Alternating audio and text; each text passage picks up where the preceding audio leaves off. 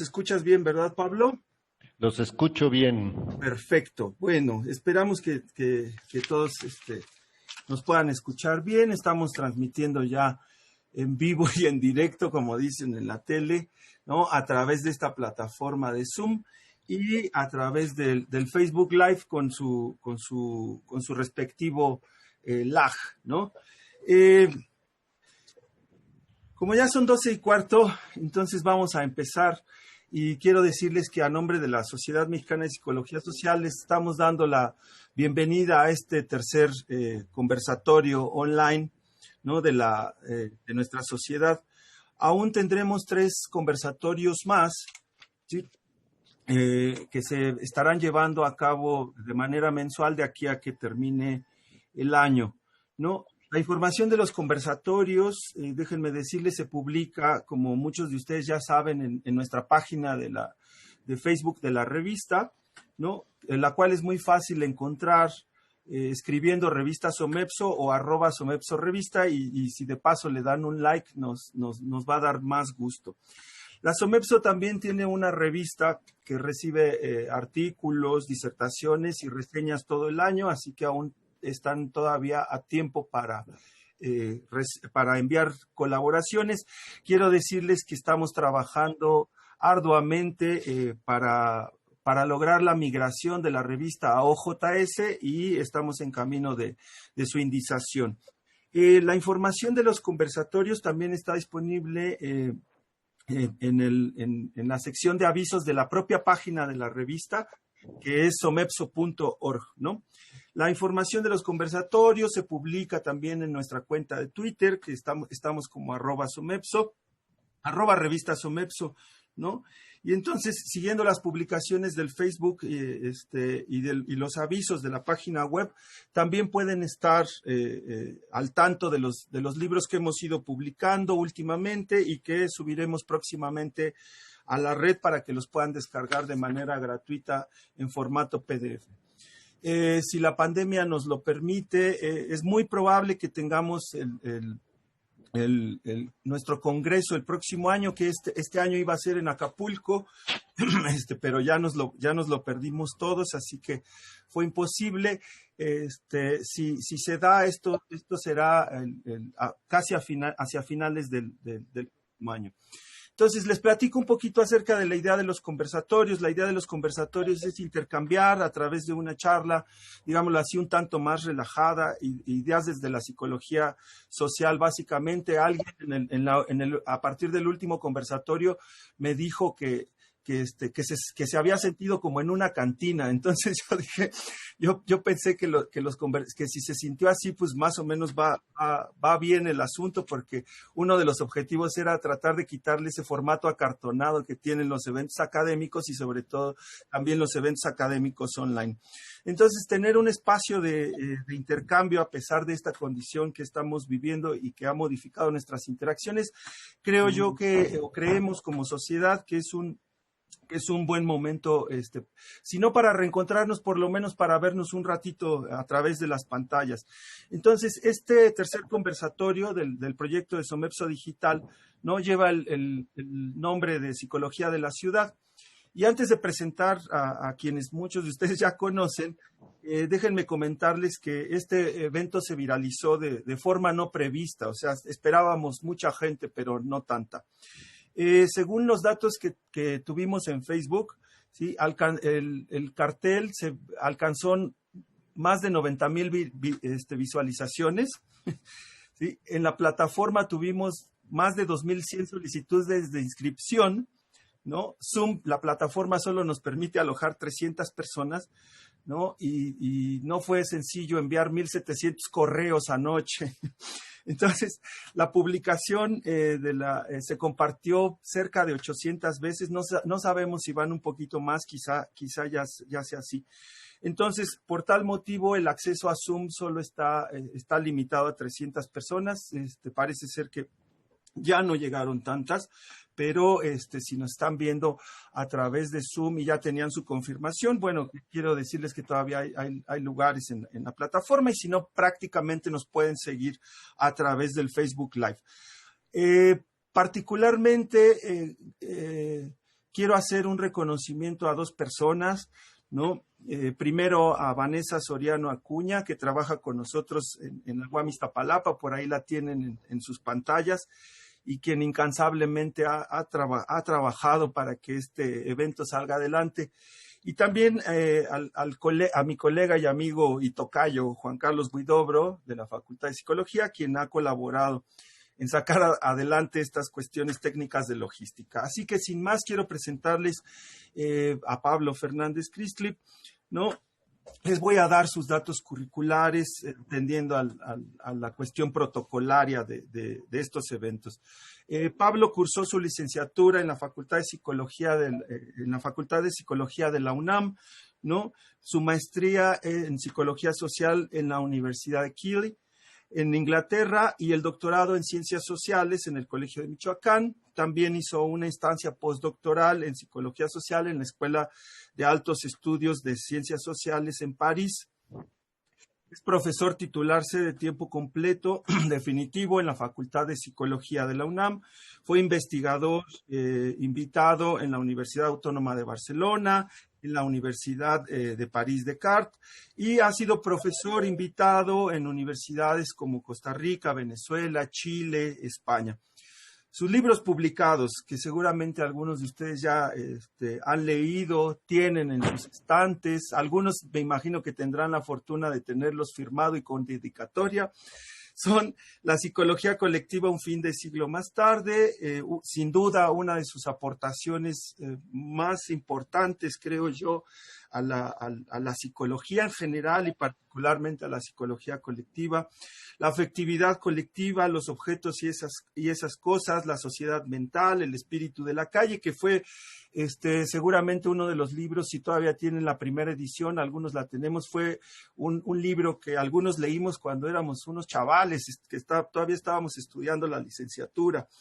La velocidad de las bicicletas, el concepto de psicología colectiva, la forma de los miércoles, que entre otras cosas es un libro muy divertido, Lo que se siente pensar o la cultura como psicología, filosofía de las canciones que salen en el radio, la función de las terrazas, y también es colaborador habitual en las secciones culturales de periódicos. Quiero agregar yo también que es un miembro fundador y activo de la Sociedad Mexicana de Psicología Social. Entonces, mientras Pablo vaya hablando, vaya charlando y se les vayan ocurriendo preguntas o comentarios, o como ya vaticinó, ya vio claramente Juan Carlos, si de pronto también le mandan saludos, entonces cuando finalice vayan levantando sus manitas digitales, no, sus manitas digitales no la vayan a hacer así porque difícilmente los vamos a ver entre tantas personas, manténganla ahí y seguramente les iremos dando la palabra al final de este conversatorio, ¿sí? Para que podamos abrir los micrófonos de manera ordenada, ¿no? Y podamos interactuar un poquito, incluso podamos escucharnos, ¿sí? Que sabemos que escucharnos y vernos es uno de los procesos básicos de la interacción, ¿no? En situación de copresencia física, no la tenemos ahora, pero bueno.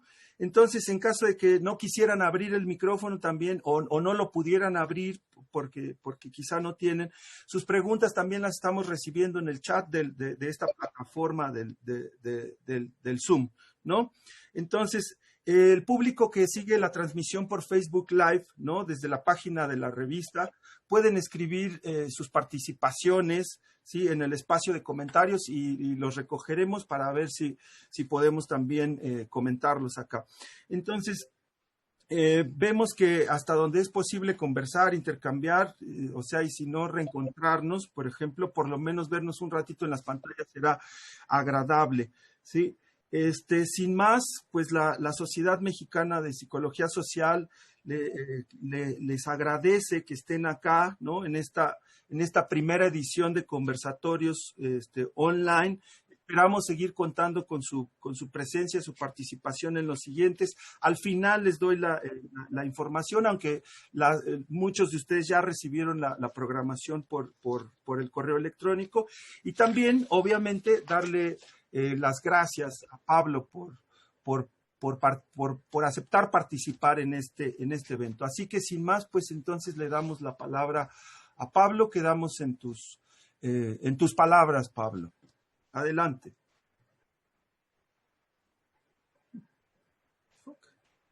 ¿Where is Pablo? ¿Dónde está Pablo? Ups. ¿Alguien ve a Pablo? Acá está. Eso es. Ahí está. Ya te estoy... Sí, ya te estoy desbloqueando el micrófono, Pablo. Eso. A ver. Ahí.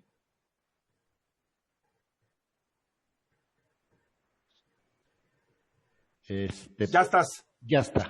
Ya estás. Bueno, adelante. Bueno, entonces, justo cuando te iba a dar las gracias, me bloqueaste. Entonces, bueno, ok. Quiero darte las gracias a ti, a Juan Carlos. Es muy divertido trabajar con ustedes verdaderamente. Este es un conversatorio, que significa que lo que voy a hacer yo es poner nada más el tema de conversación. No sé cuánto me vaya a tardar porque es la primera vez que expongo esto y sobre la ciudad. Bueno, es un conversatorio. Voy a tratar de ser didáctico porque creo que a nadie le interesa la ciudad y creo que a nadie le interesa la psicología tampoco. Entonces, tratar de ser un poco didáctico ahí. Debería de sorprender, no sorprende, debería de sorprender, pero que no haya una psicología social que no haya una psicología social de la ciudad, porque finalmente todos los que estamos aquí, vivimos, nacimos en ciudades, etcétera. Diría uno lo más importante, casi diría uno lo que define al ser humano es la ciudad. Creo que hay tres mitos. Por ejemplo, el término que usaban los griegos para definir al ser humano es son politikon, que quiere decir el habitante de la ciudad, el ser de la ciudad. Hay tres mitos de la aparición del ser humano. Uno es el que lo pone en el paraíso terrenal, el otro, el mito evolucionista, que lo pone en la naturaleza, y un tercer mito, el que lo coloca, creo que viene en el Gilgamesh, ese no lo he encontrado, que lo coloca en las ciudades. Efectivamente, el juego de palabras típico de entre ser humano y ser urbano, creo que se mantiene. Bueno, para hacer una psicología social de la ciudad, como prolegómeno, a mí se me hace que importa una cosa, que importa tener una psicología social. Porque si uno no tiene una idea de una psicología social, no sabe qué buscar en la realidad. Si uno tiene una psicología social, tiene algo que buscar en la realidad. Si no tiene algo que buscar en la realidad, lo que hacemos, y es lo que puede uno encontrar cuando busca temas sobre la ciudad, es una cantidad de imitaciones. Imitación de la sociología urbana, de la teoría urbana, de la antropología urbana, etcétera, y eso finalmente es hacer pura imitación. La psicología que yo plantearía, esa de la que le permite a uno buscar y encontrar, es la que plantea que la psicología, creo que toda, pero bueno, que la psicología, lo que le interesa averiguar es qué es el pensamiento.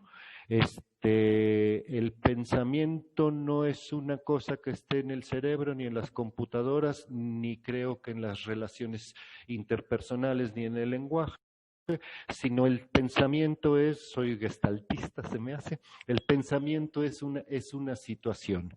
El pensamiento es una situación. Una situación ¿qué es una situación? Algo que no está en ninguna parte, pero al mismo tiempo está en todos lados. Algo que flota, algo que se respira, una especie de música, da la impresión. Eso se me hace que es el pensamiento. Y entonces uno podría plantear que la estructura de una situación o la forma de una situación es la forma o la estructura del pensamiento.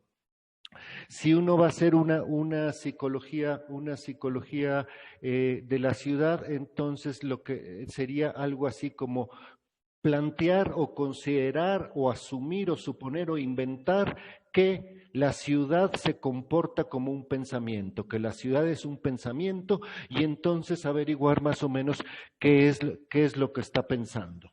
La situación, otra vez, la situación más grande, la situación más grande que tenemos, la más fundacional, original, etcétera, y la última que tendremos, se me hace, es finalmente la ciudad. De veras me sorprende mucho y autosorprende, creo, que no haya una psicología social de la ciudad.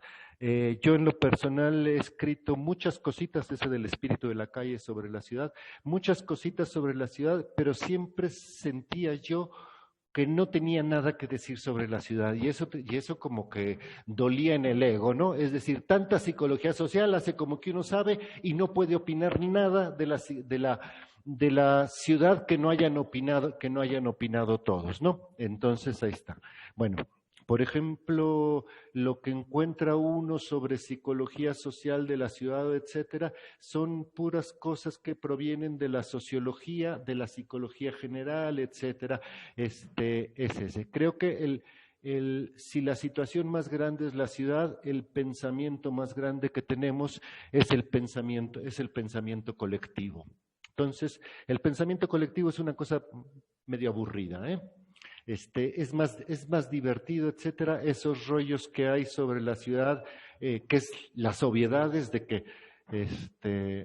que uno piensa en la ciudad y piensa en el estrés, en el ruido, la violencia, la soledad, no sé, una cantidad de cosas así, que es finalmente estarle copiando la alienación, copiando lo que dijo Simmel o lo que dijo la escuela de Chicago.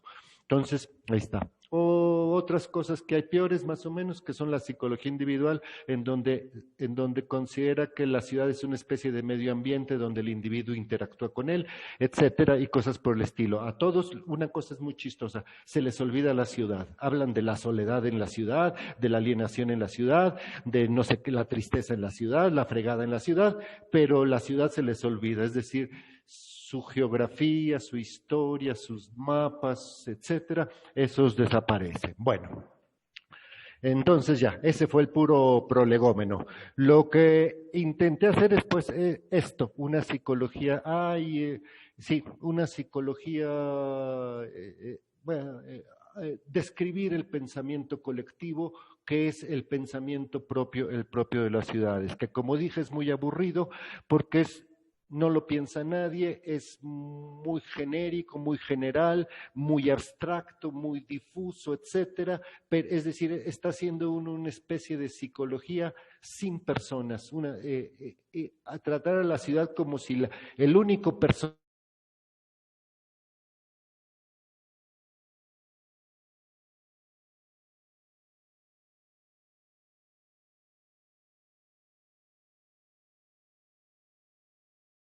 la única persona fuera la ciudad o los prójimos. Si no hay prójimos, no tiene uno a quien criticar ni de quién decir chistes, y bueno, pues ahí está el caso, más o menos.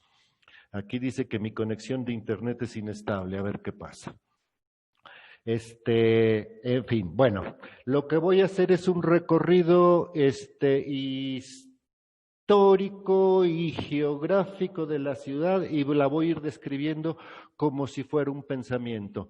Si alguien todavía hace apuntes, toma apuntes en hojita más o menos, creo que los apuntes que serían más convenientes en este caso sería ir haciendo un dibujito de la ciudad, que es lo que yo más o menos hice. El recorrido de la ciudad, ya lo perdí, ¿dónde está?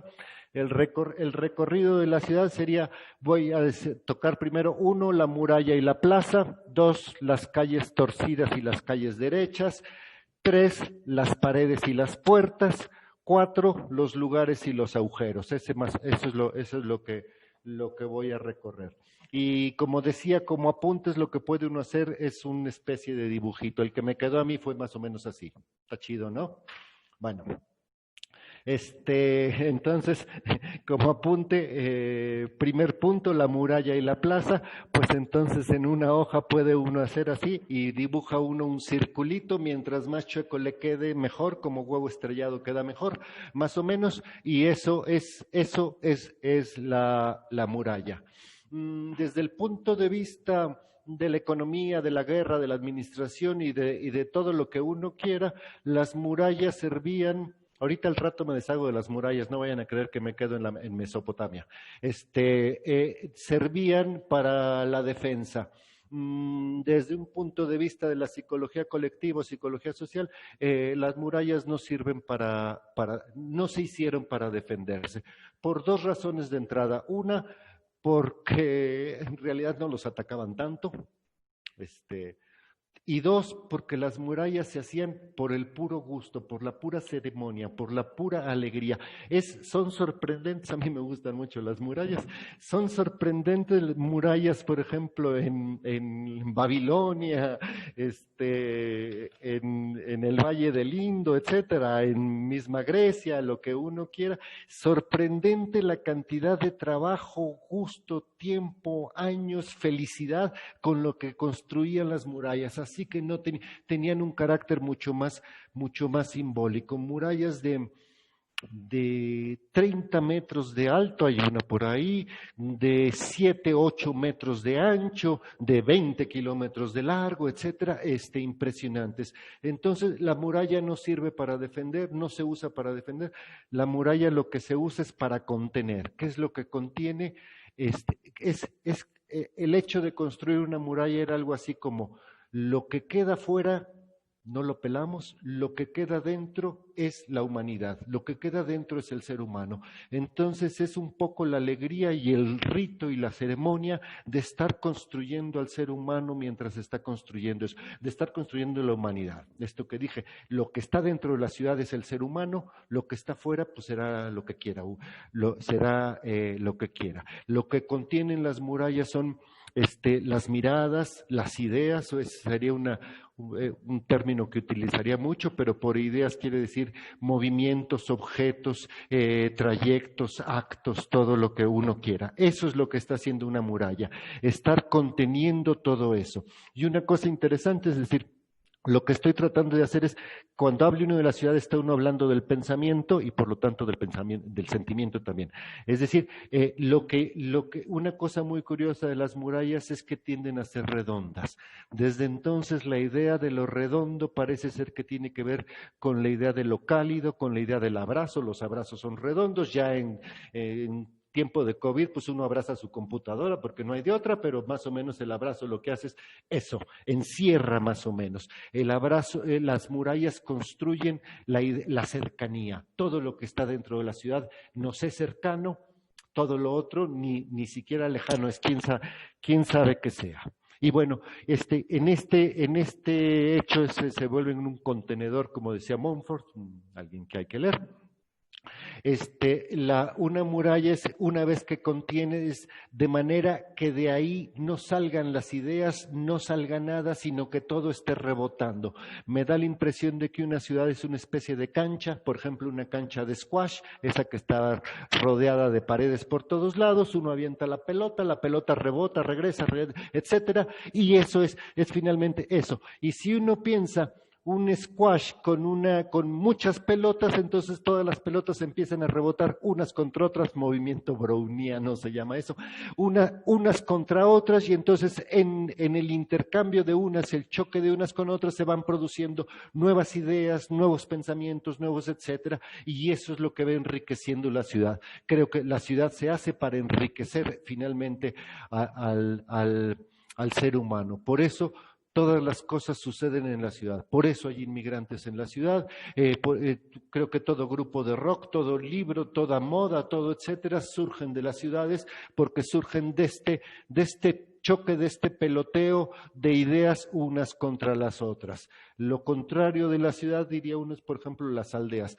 Las aldeas no serían una cancha de squash, sino un campo de golf. Un campo de golf ni siquiera se le llama cancho, es decir, tienen una pelotita, la manda lejos y a ver quién va por ella, ¿no? Es decir, son las ideas personales, individuales que se van y se pierden más o menos. Bueno, ya no hay murallas, las murallas desaparecen siglo XVI más o menos, y resulta, uno podría decirlo, bueno, si ya pintó uno ahí la muralla, dibujó, ahora píntele por ahí donde quiera un cuadrito en el centro, no importa, de todas maneras, aunque no esté en el centro, va a ser el centro, y eso sería una plaza, como si de repente, y las plazas funcionan, son originalmente como el ágora romana, griega, como el foro romano, etcétera, como los mercados, por ejemplo, mercado y plaza en español todavía es un sinónimo, es un lugar donde todas estas pelotitas o peloteo, pensamiento se concentra, se fija, se estabiliza, deja de ser, estoy planteando el concepto de pensamiento y concepto de conocimiento, se estabiliza y eso ya no es el pensamiento, esto que se va moviendo todo el tiempo, sino es el conocimiento, aquello que queda fijo, estable y que puede uno utilizar una y otra vez. Mi definición de pensamiento sería aquello que no se repite, la de conocimiento es aquello que sí se repite.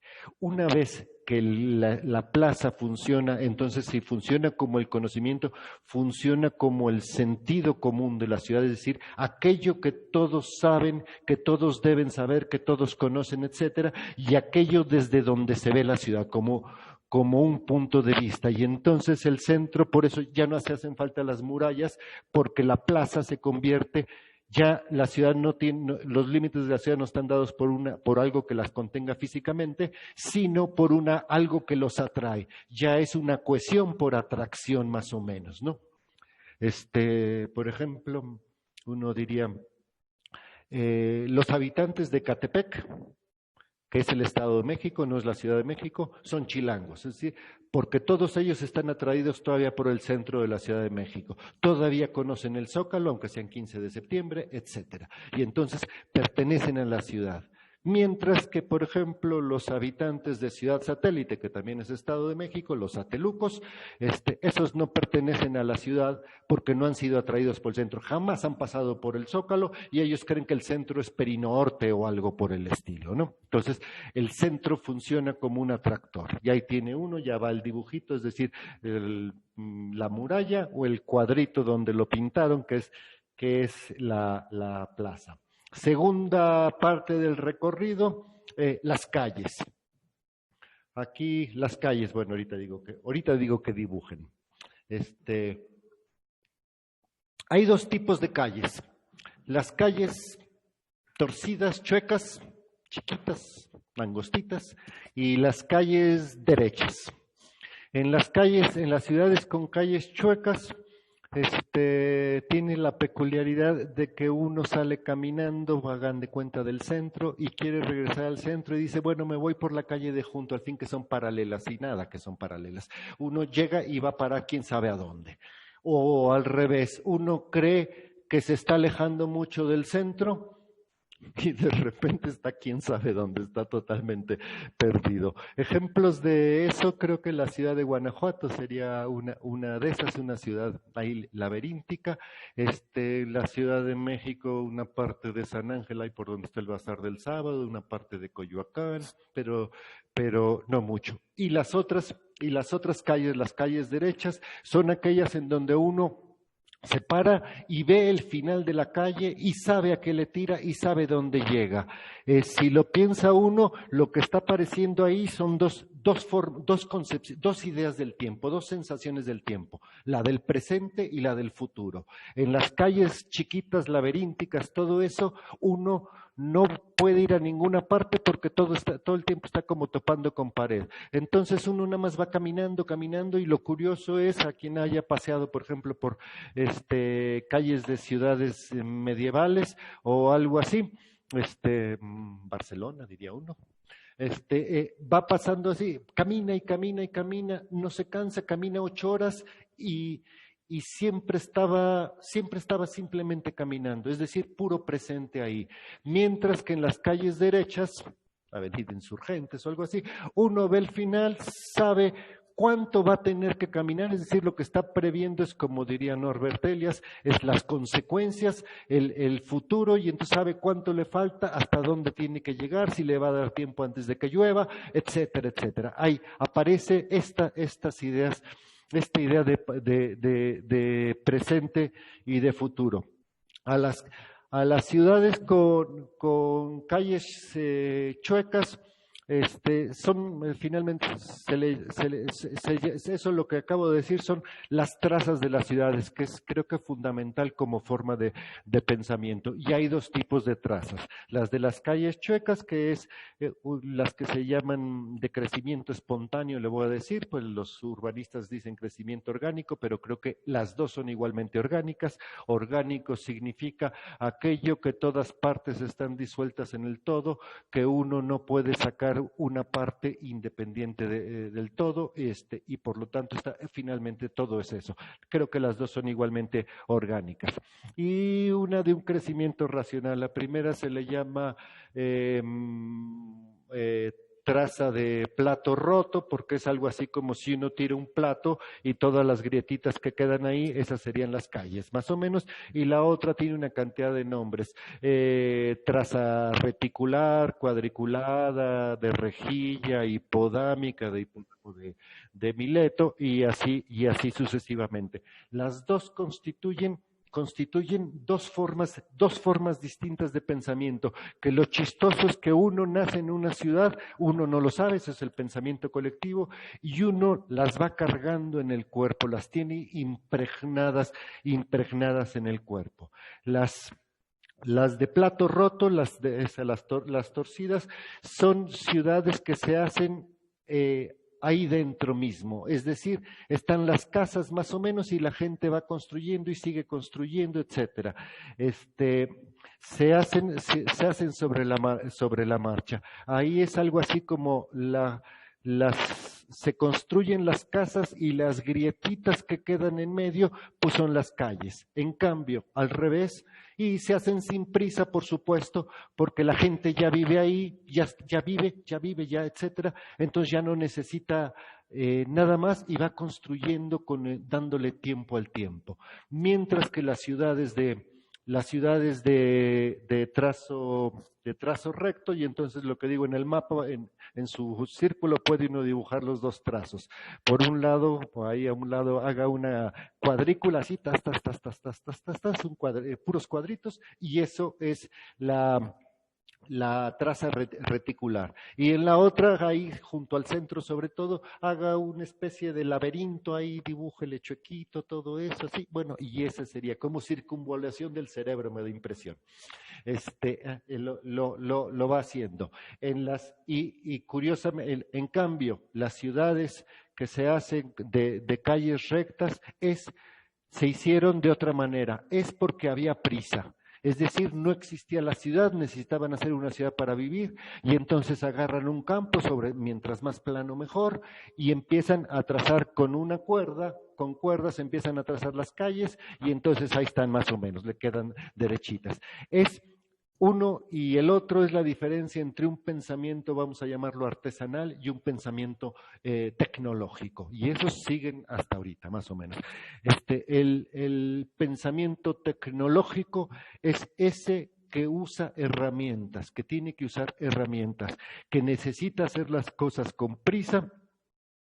Si lee uno los orígenes de la geometría de Michel Serret, lo plantea maravilloso. Dice, la geometría son dos cosas, es un pensamiento y una ciudad, porque se usa el pensamiento para trazar las ciudades. Entonces hace una cosa maravillosa, pero bueno, lo que construye es... Se utilizan herramientas. Se dan de cuenta, una cuerda, por ejemplo, lo traza una línea derechita, para poder empezar a construir la ciudad lo más a prisa posible. Ese es el pensamiento tecnológico. Mientras que el pensamiento creo que lo puede uno ubicar en tiempos de pandemia. Cuando no tenemos tiempo usamos tecnología. cuando sí tenemos tiempo y nos sobra, nos da ganas de hacer artesanía, de hacer un pensamiento artesanal. Por ejemplo, cuando ahorita que están así, la gente se ha puesto a cocinar y luego hacen asados en las con carbón y la fregada, todo. Es decir, le sobra tiempo más o menos. En cambio, cuando uno no tiene tiempo, lo que hace es abrir una lata y la mete al microondas hecho la raya. Es decir, parece ser que eso, ahorita que nos está sobrando tiempo, parece que la gente usa. La característica del pensamiento artesanal es aquel que se hace con las manos, que se hace con las manos. Cuando uno hace algo con las manos, diría uno que la cosa hecha y el gesto con el que la hizo están pegados, compenetrados uno con el otro, y entonces uno siente en el cuerpo propio lo que está haciendo y eso más o menos le gusta mucho. Es la idea la diferencia entre hacer una línea así, a mano y le sale a uno medio chuequita. Y la otra es hacer una línea con una regla. Pero el que hizo la línea con la regla no puede decir, mira qué derechita me quedó la línea. No, a él no le quedó derechita, le quedó derechita la regla. Es decir, es la idea que tiene de tecnología Heidegger. La tecnología es aquello que no hace nada con las manos, sino que hace que se echen a andar las reglas, las leyes de la naturaleza, pero son las leyes de la naturaleza las que fabrican las cosas. Entonces la tecnología es una cosa muy interesante. El único problema de la tecnología es que incluso después, cuando uno no tiene prisa, le da por hacer las cosas más rápido con la tecnología, y de ahí, desde lo que acabo de decir, desde trazar una ciudad hasta la revolución digital, sigue más o menos la misma línea. Una cosa curiosa, creo que esto de los trazos de la ciudad son trazos de pensamiento, son dos tipos de pensamiento que hay ahí. Una cosa curiosa es que se supone que las calles chuequitas y todo eso son antiguas y que las calles derechas son modernas. No es cierto, creo que las calles son igualmente antiguas, de hecho son más antiguas las calles rectas, Babilonia, Ur, el antiguo Egipto, etcétera, Atenas, cuando la reconstruyeron con líneas rectas. Sin embargo, lo que es antiguo y lo que es moderno es el pensamiento. El pensamiento artesanal es un pensamiento antiguo, diría uno, y el pensamiento tecnológico es un pensamiento moderno, pero los dos no tienen que ver con la fecha. Creo que eso de las trazas es la parte más bonita del pensamiento. Bueno, siguiente parte del recorrido. Ya perdí mi índice. Sí. No, siguiente, las paredes y las puertas es De lo que está llena una ciudad, las paredes no las pueden dibujar, y las puertas tampoco. No, sí, las puertas sí. Las paredes no las pueden dibujar porque, bueno, ahí se confunden con las calles de los trazados. Pero de lo que está llena una ciudad es de paredes. Es un bosque de paredes. Una pared es, desde este punto de aquí es una pared, es todo lo que tapa la vista y todo lo que lo impide a uno salir de la ciudad, salirse de la ciudad o salirse de la calle. Hay una cantidad de experiencias, formas de sentir, no sé qué, que uno siente como muy humanas, pero que sin embargo es algo así como son cosas, experiencias que el pensamiento colectivo, este aire, esta música, este ambiente, se le impregnan de irse topando con pared, como si las cualidades de las paredes se le pegaran al pensamiento y entonces el pensamiento y sentimiento las adquiriera. Creo que el ejemplo más rápido, se lo diría rápido, el ejemplo más rápido serían las primeras paredes o las más importantes, las paredes hechas de piedra. Cuando uno va a hacer paredes importantes, las hace de piedra, grandotas, talladas, etcétera, todo eso. Pero las características que tiene la piedra son características que se vuelven características propias de la manera de ser humana, es decir, de nosotros como seres humanos.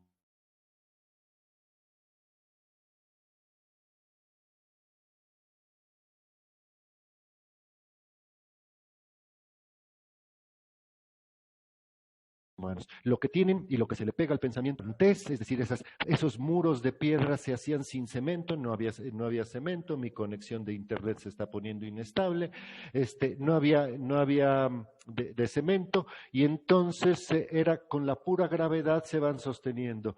Creo que los muros de Machu Picchu son una maravilla, perfectamente bien tallados de manera que asiente uno sobre el otro, y ahí sí llevan 5 siglos o los que lleven y no se mueven por el puro peso. Y entonces de repente la idea que va entrando es un muro, una piedra, un muro de piedra es algo que sacaron del suelo, pero por el propio peso se vuelve a meter en el suelo. Entonces remite a los orígenes tectónicos, es decir, a la tierra misma, pero también a los orígenes de la ciudad, es decir, a aquello en la manera en que se empezó a fundar una ciudad.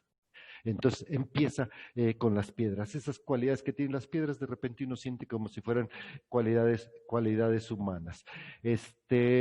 Siguiente material con que están hechas las piedras, creo que es el más bonito de todos, son los ladrillos, ¿no? Los ladrillos no son importantes, es para paredes que no son importantes, son cositas chiquitas que puede uno cargar, las piedras no las puede cargar uno solo, conservan el calor, no son fríos, se construyen, por lo tanto se convierten en cosas muy hogareñas. Me da la impresión de que los ladrillos son como los ositos de peluche de la ciudad. Paredes de madera no hay, porque se quemaban. El más grande riesgo que tenían las ciudades hasta el siglo XVII era que se incendiaban. Y entonces en una de esas hubo el ordenamiento, la ordenanza en París, creo, después del incendio, de que no podía haber paredes de madera, esas las guarda uno para los interiores de las casas, paredes de madera, sino que había que recubrirlas de yeso, y entonces se recubren de yeso. El yeso tiene la característica de la ligereza, no es algo que surge las paredes de yeso no surgen del suelo, sino se colocan ahí más o menos. Las ciudades árabes, Granada, por ejemplo, han usado el yeso desde siempre, las ciudades más occidentales no, y después del yeso, bueno, viene la pintura originalmente blanca y actualmente pues todos los colores de la Comex, ¿no? Siguiente cosa con la que están hechas las paredes que se le va pasando a uno, la idea de elasticidad y resistencia, esa la tiene el cemento, algo que se inventa en el siglo XIX, y que puede hacer, por ejemplo, espacios muy grandes techados sin necesidad de columnas, porque tiene esa cualidad de la resistencia, y además que se puede moldear como se quiera, se pueden hacer paredes chuecas, cosas verdaderamente bonitas. Ya me voy a saltar los demás, pero y por último, que es casi un sentimiento propio del siglo XX y XXI, eso que tienen las nuevas paredes, el plástico y el metal, que por lo común uno sabe que si le da un garnuchazo suena a plástico o suena a metal, como el Museo Guggenheim de Bilbao, es decir, son recubrimientos con una estructura por dentro, y entonces la idea de lo hueco, de lo superficial, de la pose, de puro, etcétera, dice uno, está ya presente en las ciudades. Finalmente, si lo que dije, la definición de pared es aquello con lo que se tapa uno la vista, entonces los peatones, transeúntes, prójimos, pues son paredes, porque le tapan a uno la vista más o menos, y casualmente todas estas características que acabo de dar, resistencia, dureza, durabilidad, pose, etcétera, se los puede uno adjudicar a los demás, y se los puede adjudicar uno evidentemente a sí mismo. Y bueno, todas las paredes tienen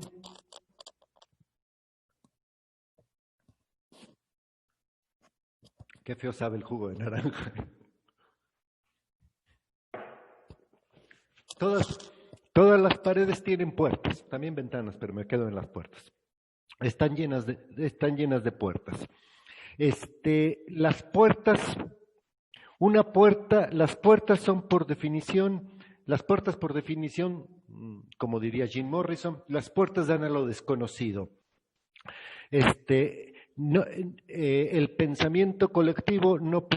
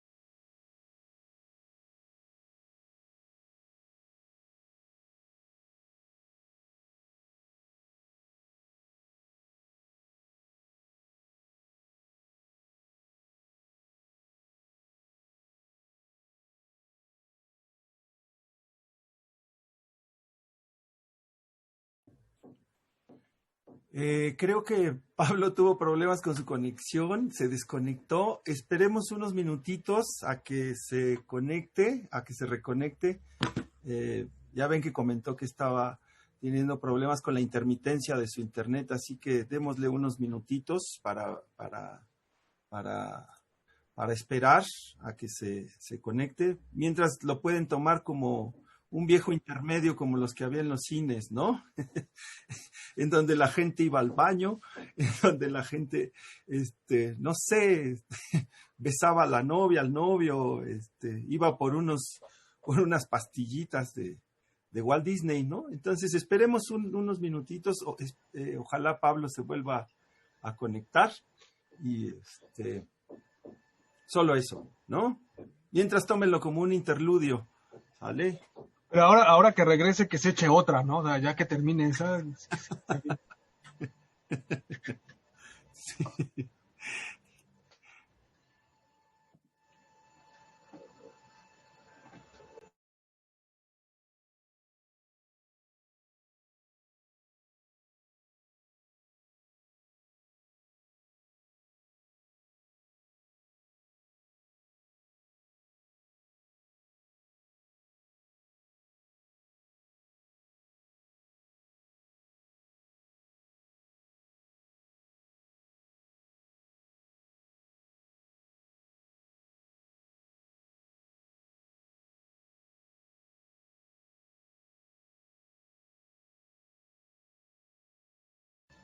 Ya regresó Pablo por ahí.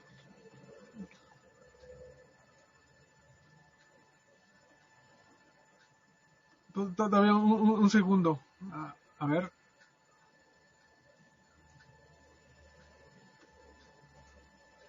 Ya. Ok, listo. Adelante.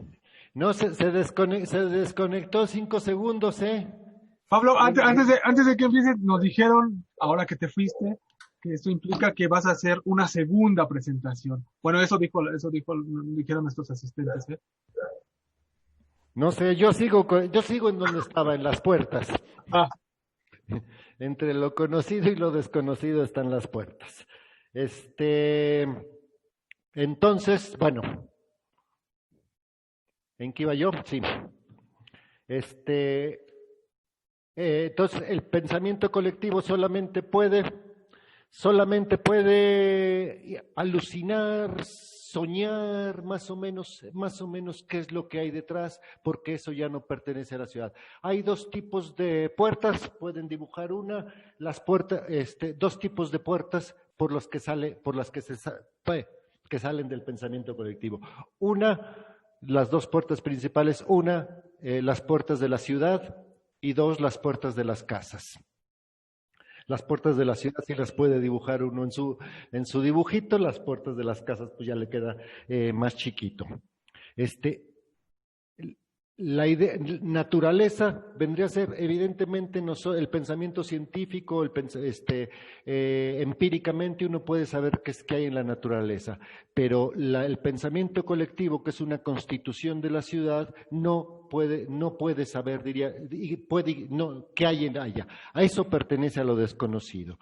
Lo que hay en la naturaleza, y es lo que alucinaría más o menos, es todo lo que no está hecho de paredes. Lo que no está hecho de paredes, pues son plantas y animales probablemente bárbaros. El sentimiento que aparece frente a esto desconocido, eso que alucina, es como sueño o pesadilla. O es el miedo a esto, la naturaleza o lo desconocido, o la idea de que ahí está el paraíso, ¿no? Una que se pone ahí de moda cada tanto, de los ecologistas light, de que convivir con la naturaleza, tomar yogurt, ver los pajaritos y las plantas. Bueno, ese más o menos. Y la otra puerta es aquella que da a las casas. Lo que hay detrás de las puertas de las casas no lo puede saber el pensamiento colectivo. Eso está también por fuera, eso es salirse. Entrar a una casa es más o menos salirse. El sueño, la alucinación, etcétera, del pensamiento. Cada quien sabe lo que hay dentro de su casa, más porque en su casa lo conocen a uno. Pero para el pensamiento urbano, público de la calle, ¿quién sabe qué hay dentro de las casas? Lo que se imagina, lo que alucina es la idea, creo que la idea del retiro, la idea de la calma, la idea de la intimidad, la idea de estar consigo mismo, de descansar de las fricciones, conflictos, el peloteo de la ciudad y estar más o menos eso. En francés, por ejemplo, mi casa se dice conmigo, estar conmigo, eso sí, así se dice, voy a estar conmigo. Voy a mi casa. Esa idea está. Creo que sí, para quien le interese el asunto, el libro de Bachelard, La poética del espacio, no describe para nada espacio de la ciudad, describe el espacio de las casas y hace una cosa maravillosa. Ese es el imaginario que guarda uno. Uno sabe empíricamente, como se ha visto con la violencia intrafamiliar, pandémica, uno sabe empíricamente que el interior de las casas no es ninguna zona idílica, ni tranquila, ni calma, ni retiro, etcétera. Pero dentro de la alucine colectivo parece que es eso, ¿no? Esa frase de volver a casa, por ejemplo, remite a eso más o menos. Una cosa interesante ahí, más teórica que nada, es que en esto de las puertas, más de lo desconocido, el pensamiento colectivo conoce sus propios límites, es decir, ahí donde se termina, que me parece interesante. En esa zona del pensamiento, en donde ya no se pueden articular imágenes, ya no se puede estar pensando, deja de estar pensando. Creo que en pensamiento personal lo nota uno, por ejemplo, hay una zona del propio pensamiento en donde las palabras, ya no se pueden decir las cosas con palabras, uno siente que el idioma ya no funciona, etcétera, y dice, uno está tocando los límites del pensamiento. Bueno, eso aparece. Y al revés, así como hay cosas que salen, como se sale por las puertas, de repente a esto desconocido, hay cosas que vienen de lo desconocido, que irrumpen dentro de la ciudad y que provienen de lo desconocido. Aquello que proviene de lo desconocido de la naturaleza es los terremotos y las pandemias, ¿no? Ya saben, esta que tenemos, pues viene de los murciélagos. La transmitió Batman, creo, pero bueno, viene de los murciélagos. Es eso. E igualmente cosas como las invasiones, etcétera, todo ese tipo de cosas, eso son aquello que proviene del exterior y que no sabe uno cómo tratarlo. ¿Quién sabe qué es lo que provenga del interior de las casas? Si le creemos al feminismo de los años 60, 70, de que lo personal es político, entonces uno diría, las marchas, las quejas aztecas, el feminismo, por ejemplo, las protestas, todas esas cosas que a bastantes de nosotros nos gustan mucho, esas que están saliendo en Estados Unidos, en Bielorrusia, etcétera, diría uno, provienen del pensamiento interno, de eso desconocido que tiene el espacio privado. Bueno, ya mero termino.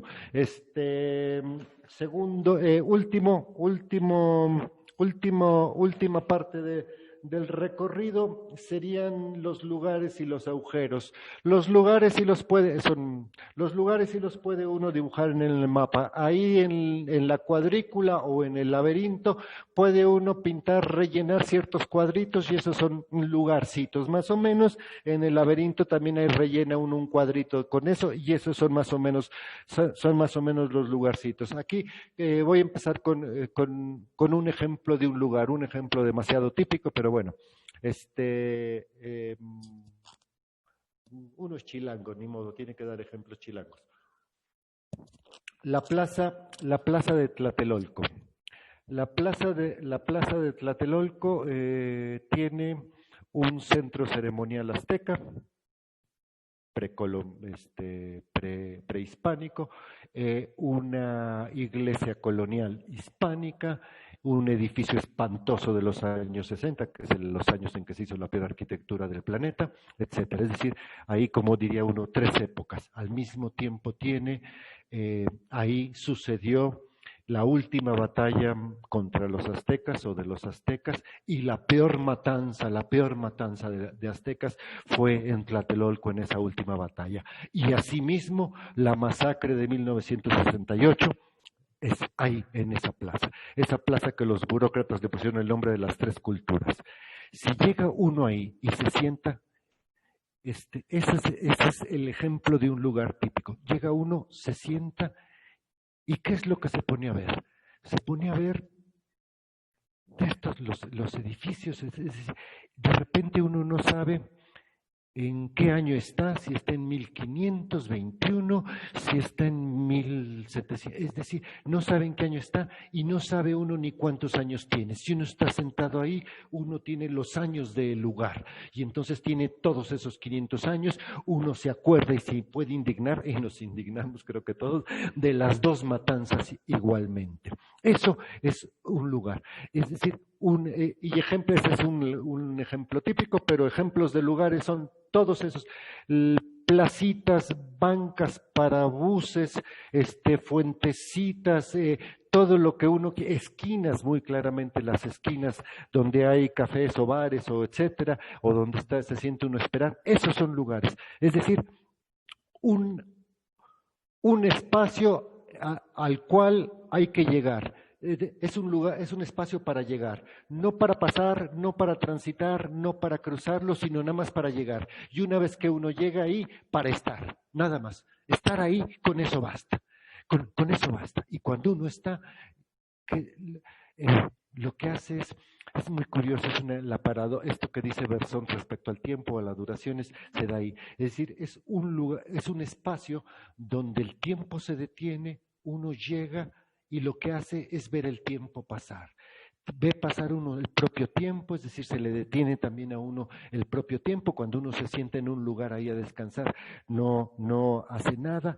El tiempo de todo el trabajo, construcción, ideas, creaciones, diseño, etcétera, que hizo para construir ese lugar, los sucesos que han pasado, como si tuviera uno finalmente a toda la ciudad en todas sus épocas concentradas, compactadas en el mismo lugar. Y entonces uno, cuando verdaderamente está uno en la ciudad, es cuando está sentado en un lugar.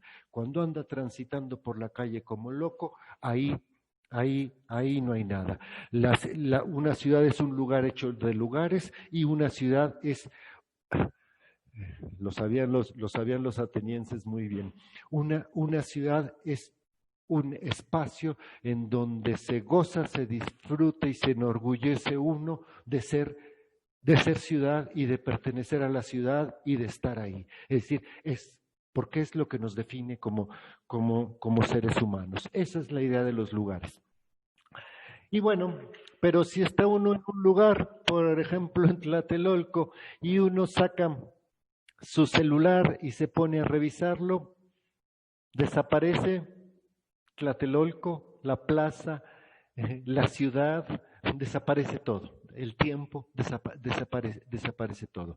Cuando alguien va con un celular por la calle, más o menos, está literalmente en cualquier parte del universo, excepto en la calle por la que va caminando. Eso es lo que uno definiría como agujeros. Bueno, empecé con ese ejemplo, pero voy desde el principio. La manera de dibujar agujeros en el mapa, creo que podría uno poner una serie de lunarcitos negros ahí pintados más o menos, aunque creo que lo más correcto sería agarrar la pluma y hacerle agujeros a la hoja, porque son agujeros casi literales por donde se va la ciudad. Creo que es esta idea, bueno, me alargo, Juan Carlos y Juan, 3 minutos más. Esta idea sería más o menos la idea de los mecanismos, y es continuación de la tecnología. Como dije, la ciudad era orgánica, es orgánica, todo está mezclado con todo.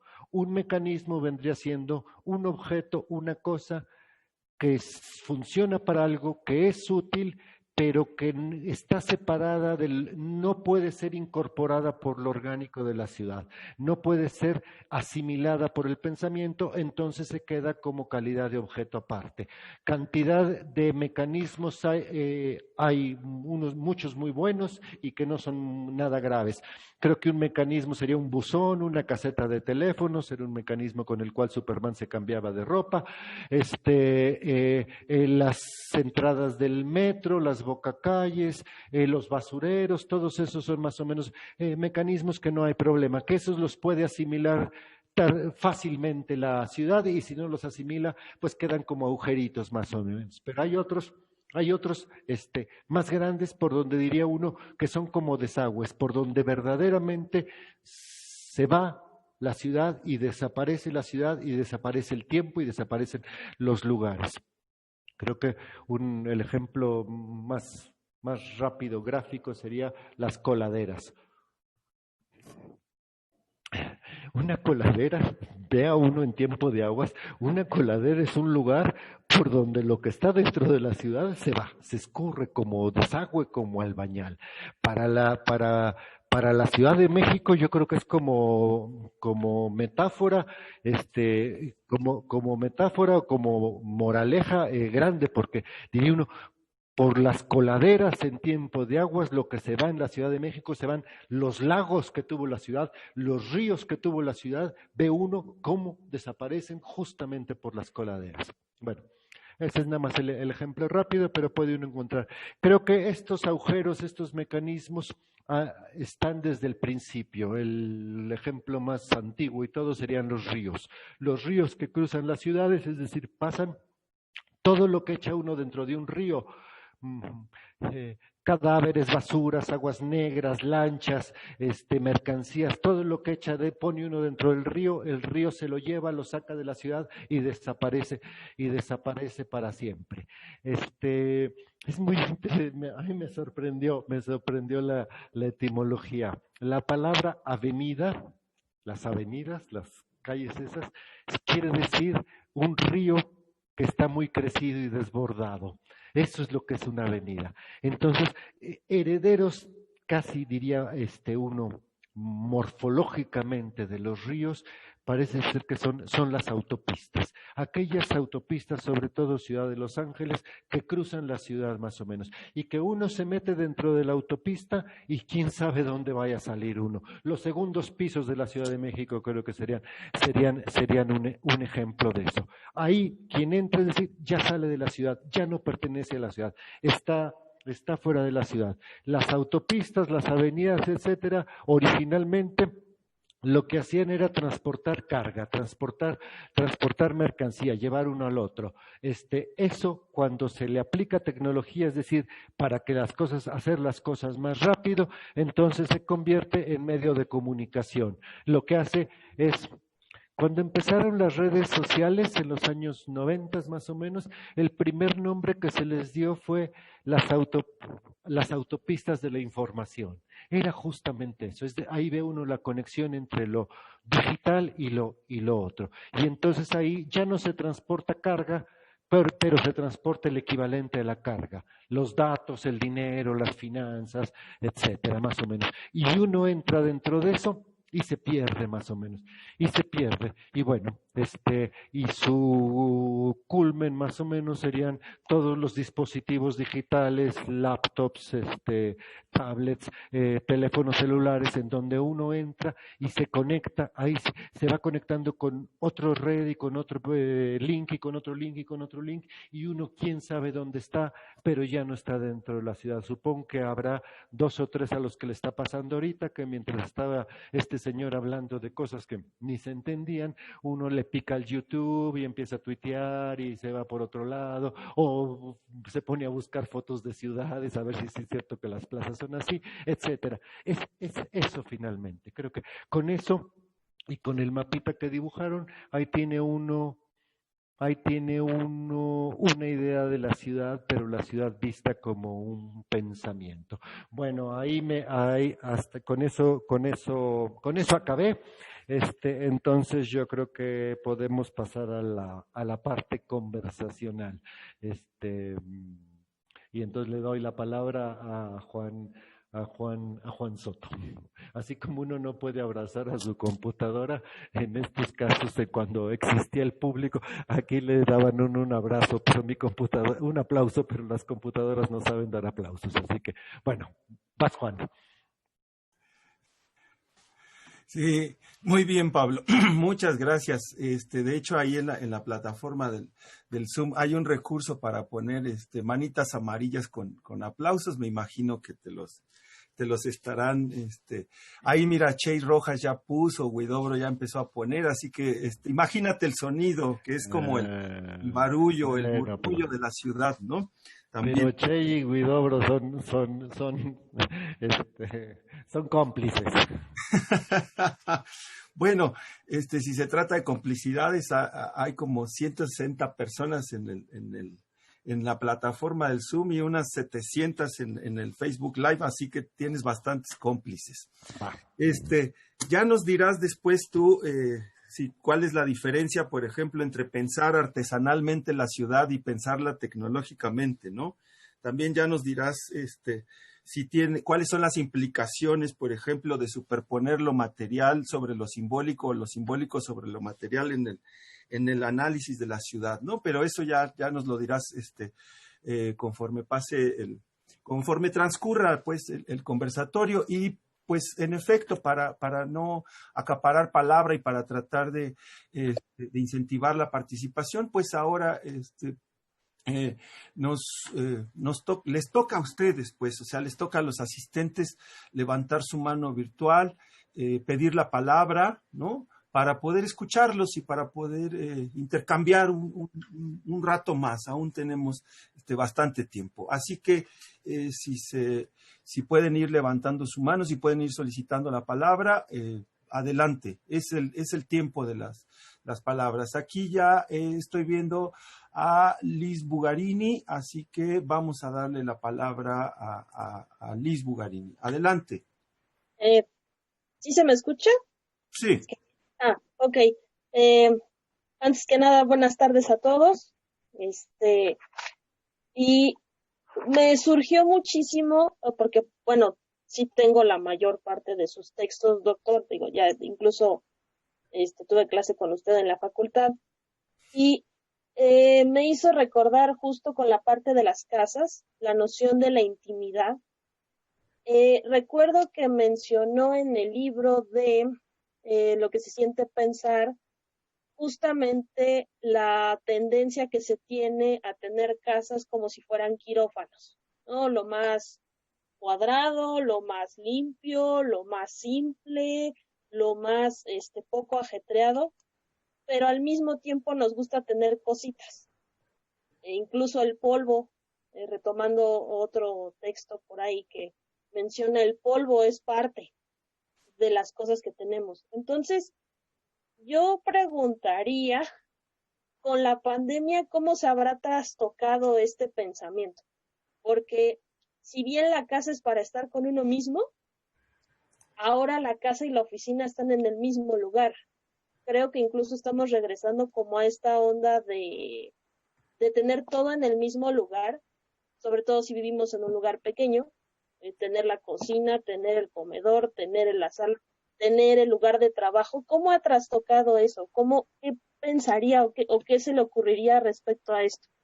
Esa es como mi pregunta. Por ahí andas, Pablo.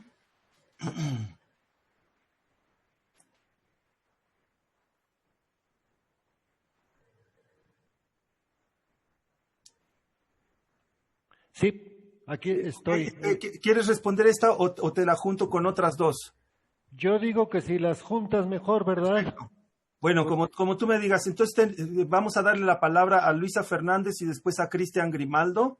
No me equivoco, el Cristian es de Guadalajara, ¿cierto? Y Luisa fue mi alumna. Ok, entonces vamos a darle la palabra a Luisa y después a Cristian y vamos viendo si hay alguna otra o si no le entras a esas tres, ¿va? Va. Adelante, Luisa, es tu